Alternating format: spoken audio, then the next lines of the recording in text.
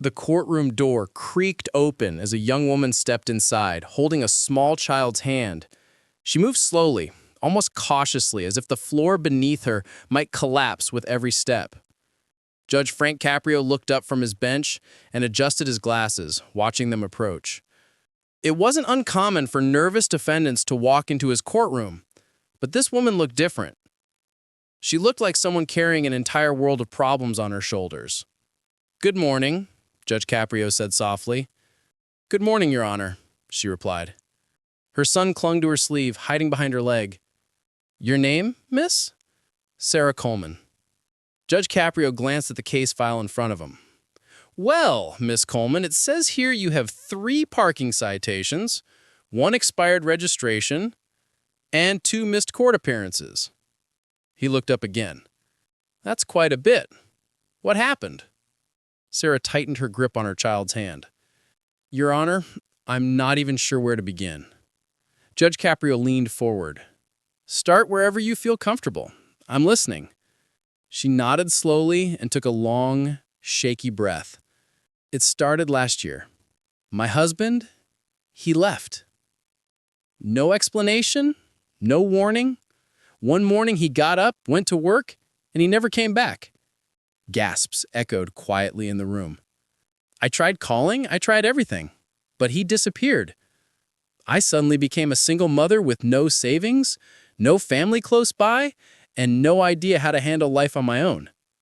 Her son looked up at her, sensing her sadness. "I got a job at a bakery. Early mornings, long hours, barely enough money to survive. But it kept us afloat. Until," she trailed off. "Until," Judge Caprio said gently. "Until my son got sick. He has a condition, asthma so severe that sometimes he can't breathe.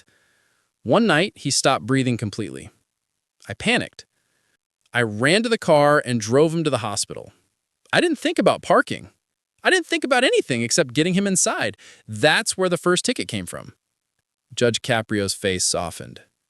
"For the second ticket, I got off my bakery shift late. I was exhausted. I parked in a restricted zone near our apartment because I had to carry my son who was running a fever. I thought, just for a few minutes, but by the time I got downstairs, there it was. Another ticket." She looked down at her hands. "The expired registration? That's my fault. I didn't have the money to renew it. I chose groceries instead." "And the missed court dates?" Judge Caprio asked gently. Tears welled up in her eyes. "The first time, I overslept after being up all night with my son's coughing fits. The second time, well, my car had been towed. I had no way to get here, and I didn't have money for a taxi." She inhaled shakily. "Your Honor, I'm trying, I really am. But it feels like every time I take a step forward, something knocks me 10 steps back." Judge Caprio looked at her with deep empathy. "How old is your son?" he asked softly. 6. "And your name, young man?" Judge Caprio said, smiling gently at the boy. The child stepped forward slightly and whispered, "Eli." "Well, Eli," the judge said kindly, "you're doing a great job being brave today." The boy gave a tiny nod before hiding behind his mother again. Judge Caprio tapped the papers in front of him lightly. "Miss Coleman, do you have any support system? Family? Friends?" She shook her head. "No one nearby. My parents passed away years ago. My husband's family blames me for him leaving. I'm on my own." The courtroom fell silent. Judge Caprio nodded slowly as if absorbing every piece of her struggle. "You know," he said softly, "over the years, I've seen a lot of people walk into this courtroom. Some come with excuses, some come with stories, and some come with truth." He gestured to her. "And you, Miss Coleman, came with the truth." Her eyes glistened as she bit her lip to keep it from trembling. Judge Caprio continued, "Let's talk about these fines.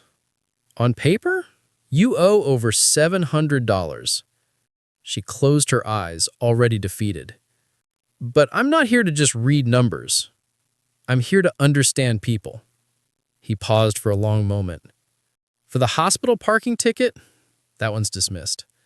When a mother is trying to save her child, the last thing she should be thinking about is a parking meter. He placed the paper aside. For the second ticket, carrying your son upstairs during a fever, dismissed. Sarah gasped softly. As for the expired registration, I understand money was tight, but the law is the law. Still, I can reduce it to the minimum penalty. She nodded gratefully. Now, the missed court dates. Pause. These normally carry extra fees. But given what you've been through and the effort you've shown in being here today, he set the papers down. I'm dismissing those as well. Sarah covered her mouth as tears spilled over. But, Judge Caprio added gently, there's something else I want to say. She looked up, confused. Miss Coleman, you've been carrying far too much alone, more than any person should, more than any mother should. You've dealt with abandonment, illness, poverty, fear, and yet here you stand. He paused. That tells me one thing. You are stronger than you think. A tear rolled down Sarah's cheek. Your son is lucky to have you, Caprio added. And I want you to remember something. Sometimes life backs us into a corner, not to punish us, but to show us that we're capable of fighting our way out. The courtroom was completely silent. People leaned forward in their seats, hanging on every word. Sarah whispered, "Thank you. I don't know how to repay this." Judge Caprio smiled warmly.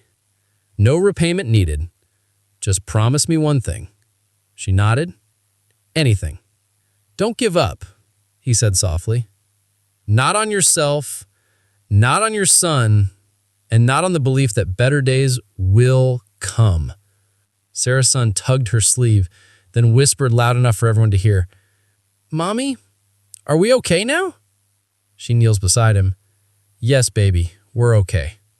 Judge Caprio's eyes softened. Case dismissed. The courtroom broke into gentle applause, something that wasn't allowed, but no one stopped them. And for the first time in a very long time, Sarah walked out of a room feeling like the world wasn't against her. Because someone, for once, had seen her not as a case, but as a human being.